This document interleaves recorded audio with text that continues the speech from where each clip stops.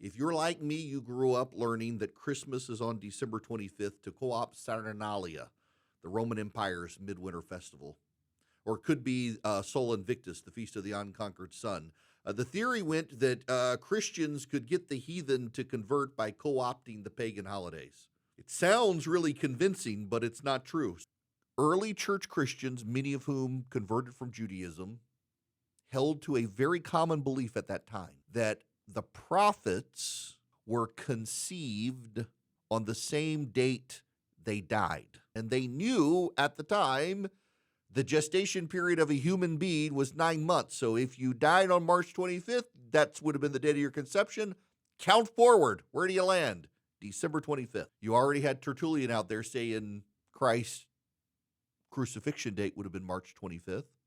That is why you have Christmas on December 25th.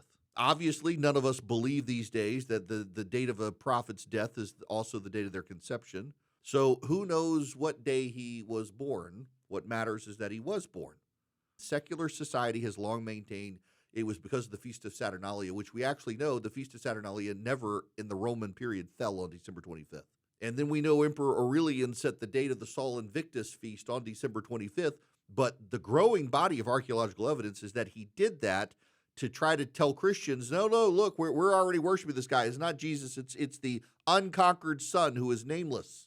All I'm saying is that we don't actually know when Jesus of Nazareth was born. But as we head into the Christmas season, you hear people scoffing at Christians as secular media and society does and says, well, you know, those early Christians, they were just trying to co-opt Roman holidays for their own. That's not actually true. At the time, Christians were doing everything possible to avoid co-opting other religions' holidays, and they had set Jesus' birthday to December 25th of their own accord.